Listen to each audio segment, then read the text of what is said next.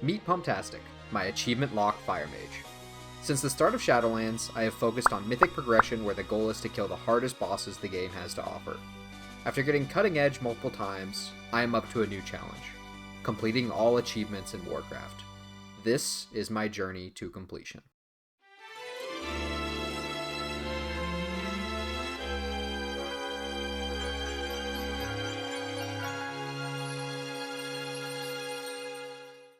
Hey YouTube, it's Pump, and welcome to my first large-scale series around achievements. The plan is simple. Complete any achievement I don't have, and use any resources I have at my disposal to complete them. I'm starting this series at around 137 days played, and a little bit over 2,000 achievements. Let's dive into the first section I want to focus on, quests. We start off heading to Eastern Kingdoms where I am forced to play Alliance, so I had to pull out my absolute rat alt Pumptastic. And of course, he is a paladin, and speed is what paladins are known for. Therefore, I will be very fast at completing the Loremaster for this continent. Before I start commentating achievements, I figure I should add some more context to myself as a player. I am a 24-year-old that started playing Warcraft a little over 3 years ago in Battle for Azeroth. I've never experienced any vanilla Warcraft or anything before BFA, and I think that actually motivates me to complete these areas because I haven't been there before. All old content will be new to me, and if it doesn't have a mount associated with it, then I really won't know about it. Let's jump back into Eastern Kingdoms in the Arathi Highlands. We started out by defending Professor Fizzlethorpe as he made us goggles that let us breathe underwater. We then set out to plunder the Naga for all that they were worth before wrapping up the area. I was then met with the very stimulating gameplay of following this guy around while he stole some documents that just about put me to sleep. Luckily, this was the only really bad instance scenario in all of Eastern Kingdoms. We then fended off an invasion and finished up the first zone of many. Every zone took me on average around 50 minutes. I just do some editing magic and cut out the lame quests that have you kill random animals for whatever reason. Eastern Plaguelands had a nice spooky vibe with a really good soundtrack and an above-average questline. You followed around a caravan to each of the towers and defeated bouts of undead or plagued monsters that fit thematically with the zone. My only qualm with the zone was the tops of these towers that would absolutely blind the f*** out of you when you had to accept quests at the top of them. After getting blinded, it was smooth sailing, and we get a bonus achievement in the quests category here for getting the whole gang together. Moving towards the wetlands, we encountered some bad dwarves and many crocodiles. If I was playing this zone as a kid, I feel like I would have enjoyed this zone in particular just because of its vibe. It's kind of important to remember that I'm one-tapping all the content in the game, so I have no difficulty factor. I'm playing on story mode. I enjoy difficulty in games, and I think there'll be plenty of that down the line as we get to more difficult achievements.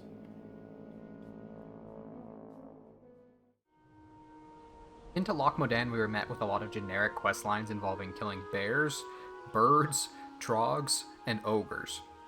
This zone definitely felt like one of the biggest duds content-wise, but it came out in 2004, so I can't really complain. What game was I even playing in 2004?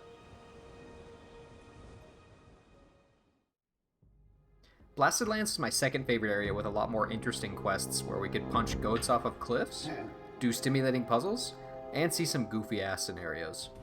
This felt like the first zone where something completely different was shown than the rest of the areas, and there was a lot more creative freedom allowed. Duskwood felt pretty underwhelming, but if I was doing this as current content, it would have been a lot more fun.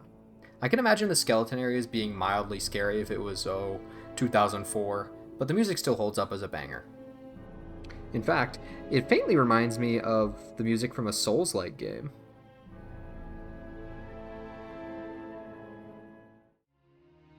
Westwood had some very good writing and briefly introduced the Defias Brotherhood and the reason behind why the Defias Brotherhood did what they did. This entire area kept my attention with stealth scenes and an overall really good plot.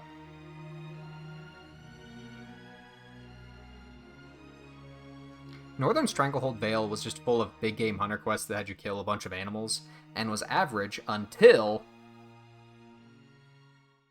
this quest. This raptor quest that has you do a stealth mission as a baby raptor can f*** right off.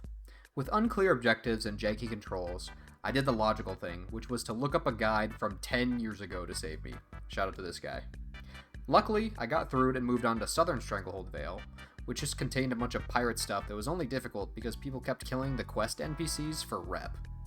The pirate invasion was pretty fun and ended off on a generally good note, but still, f*** that raptor quest. Red Ridge Mountains was fun because you got to ride around on a big Alliance tank thing and ruin all these Blackrock invaders. And actually had a pretty sick cutscene where Kishan gets swooped up by a dragon as we're about to kill it, and he kills it midair as it's flying away, making for a pretty sweet cutscene for the time.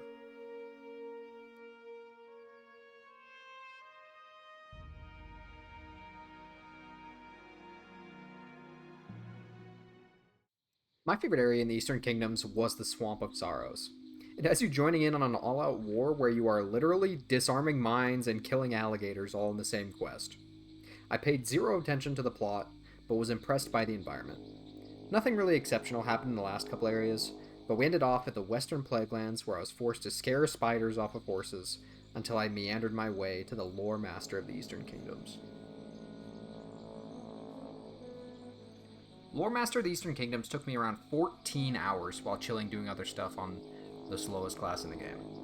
With an efficient route plus mobile character plus Bear Tartar, you could probably complete this in 10 hours or less. Now, let's end this episode with some easy serotonin in the form of easy achievements. I spent around 2 hours flying around all of Outland plus walking dreadfully through Azuremist Isle to complete the Universal Explorer achievement, a nice little milestone for the account. After that, I went through my achievement list for dungeons I hadn't yet completed and got some easy points just by completing old content. I also got very lucky while killing trash in a random Lich King dungeon and dropped a broken hilt, which is actually kind of expensive, and I also need it eventually. Before doing my mega recap of everything I gained in the episode, I want to quickly go through what I did off recording. So I did all these Rumble minis that keep clogging up everyone's mail. It only took me like 15 minutes to go grab everything. You just need a Horde and an Alliance character, and you upgrade them all. It's all a bunch of it's a dumb amount of achievement points, honestly, for just grabbing them. But we did that, and then we also did some Pandaria scenarios on a Saturday. We did this guy, which was brainless. Everything in the Pandaria scenarios is very easy. So yeah, let's summarize everything we did in the episode. In this episode, we gained 85 achievements in all of these categories. In the big picture, there's still a lot of work to be done in the questing tab, but we did make a bit of a dent in it. Through a website called Data for Azeroth, we can also track our rank progression in achievement points, and we went up 2 percentile in ranking. That will do it for my first episode of my achievement series. If you enjoyed, be sure to subscribe, and if you'd like to further support my content, check out my Patreon or through YouTube memberships. Thank you guys, and I'll see you in the next episode.